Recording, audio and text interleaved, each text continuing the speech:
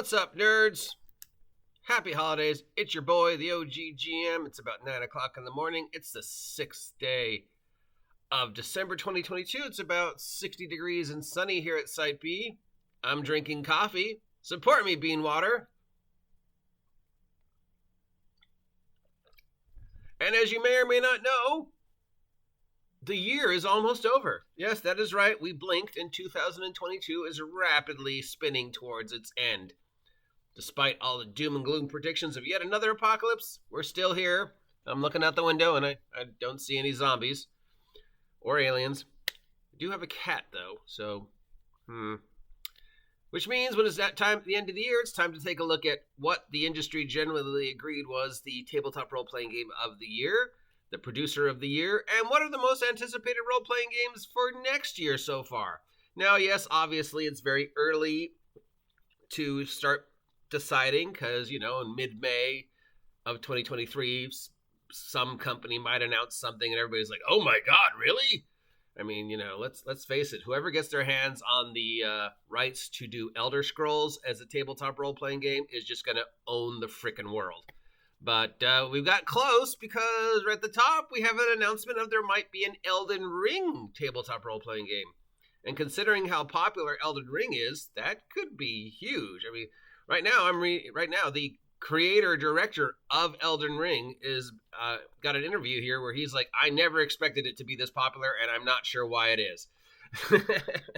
Well, congratulations, dude, for your little video game project to become so frickin' huge. But people loved it, and now there's rumors of an Elden Ring role-playing game. Let's see what else. We have the nominees for tabletop role-playing game most anticipated for 2023. Just in case you had forgotten, the most anticipated game of 2022 was Blade Runner. So far, we know that there is a King Arthur Pendragon 6th edition, Die the role-playing game, based upon Die the comic book, which is based upon a role-playing game. We've got Dragonbane, the latest Kickstarter from Free League, Shadow Dark from Arcane Tower. It looks like there is a spring 2023 date for the Elden Ring role-playing game. Gloomhaven has got a role-playing game. And as you know, Gloomhaven is a huge IP in board games and video games. There's both a Gloomhaven board game, which is huge and awesome, and a Gloomhaven video game. 13th Age 2nd Edition, Shadows of the Weird Wizard. Witch Fated Soul 2nd Edition, The Secret World. Cowboy Bebop, the role-playing game. Yeah, I don't think anybody's anticipated for that one.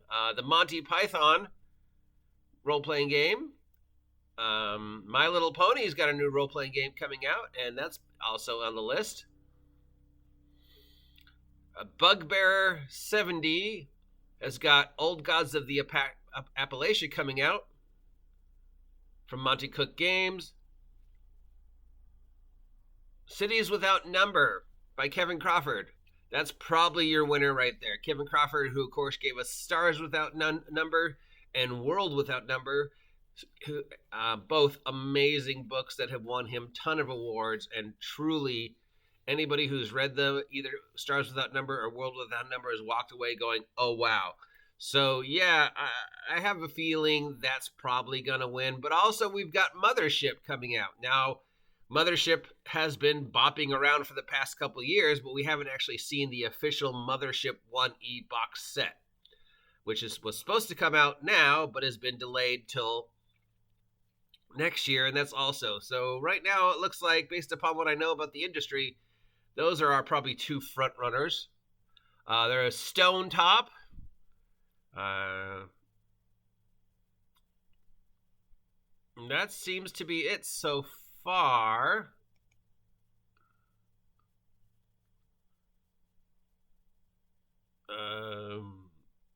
Yep.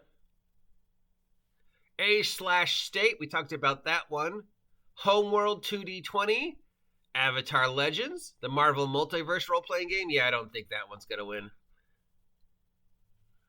The Dungeon Crawl Classics Dying Earth, based upon Jack Vance's writing.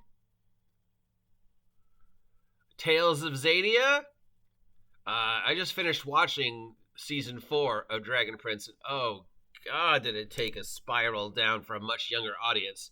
I guess the creators felt that despite how popular the first 3 seasons were, they needed to write it for little kids. So season 4 is filled with fart jokes and really, really bad humor. Rivers of London from Chaosium. Root the role-playing game.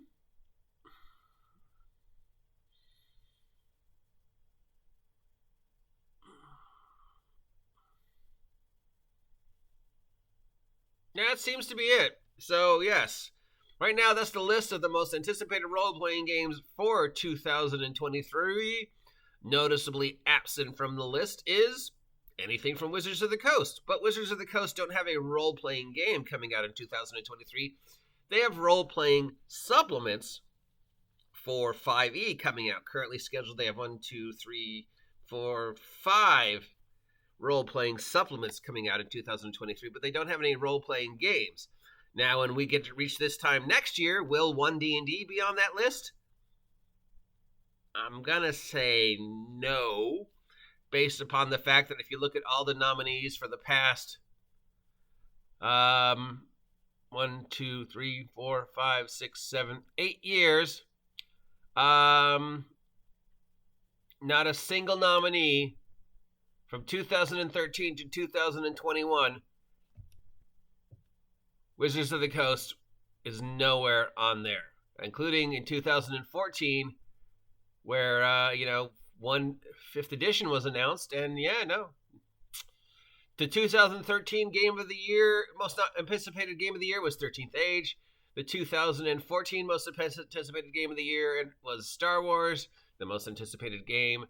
For 2015 was also Star Wars. I guess it got delayed. 2016 was Rifts for Savage Worlds. 2017 was True Vang Chronicles. 2018 was Vampire the Masquerade 5th Edition. 2019 was the Savage Worlds Adventure Edition. 2020 most anticipated role-playing game was Dune.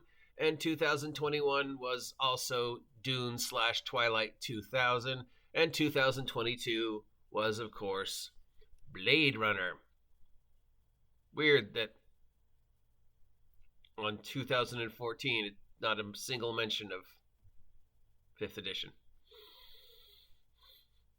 And definitely no nominees for 5th on any category after that. But, for anybody who's going to argue that with me, remember that, again, Wizards of the Coast doesn't release role-playing games. They release role-playing supplements for the existing game. So they haven't released a role-playing game since 2014. They released supplements and additions and adventures. So, yes.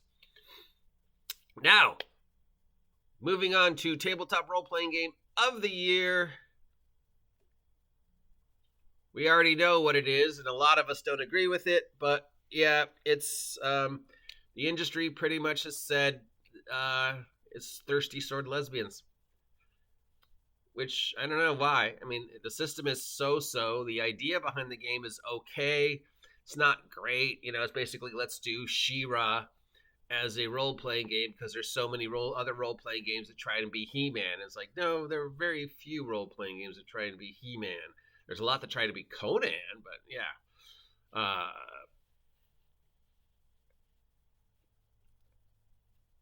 So, Thirsty Sword Lesbians is once again pretty much considered the tabletop role-playing game of the year industry-wide. I don't know why. I have the PDF. It's okay. It's not great. I mean, I know some people find it very insulting, and really, it's like, well, I have a feeling if it had any other name other than Thirsty Sword Lesbians, it wouldn't be as polarizing. But because they tried so hard to fill that niche, jump on that gimmick, and also sort of make fun of all the politics revolved around that whole thing, it did, polarize the industry way more than it should have, which I don't know if that was their intent. I've never spoken to the creators, but from reading the actual rules, it's like, yeah, okay.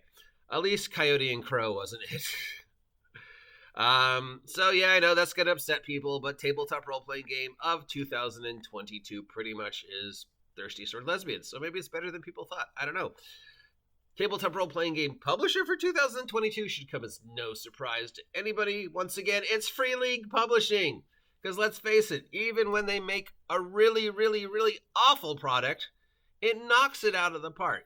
And, I'm going to say whoever gets their hands on the rights to Elder Scroll, and I'm hoping it's Modifius or Free League, will own the frickin' industry.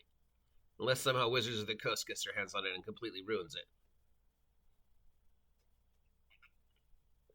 But yes, Tabletop Role-Playing Game Publisher of the Year, Free League, Tabletop Role-Playing Game of the Year, should come as no surprise because it's won all the awards this year so far. Thirsty Sword Lesbians, most anticipated tabletop role-playing game for 2023 is looking like our top 3 contenders are Cities Without Number, Mothership 1E, and Gloomhaven. But the Monty Python one could come up from behind.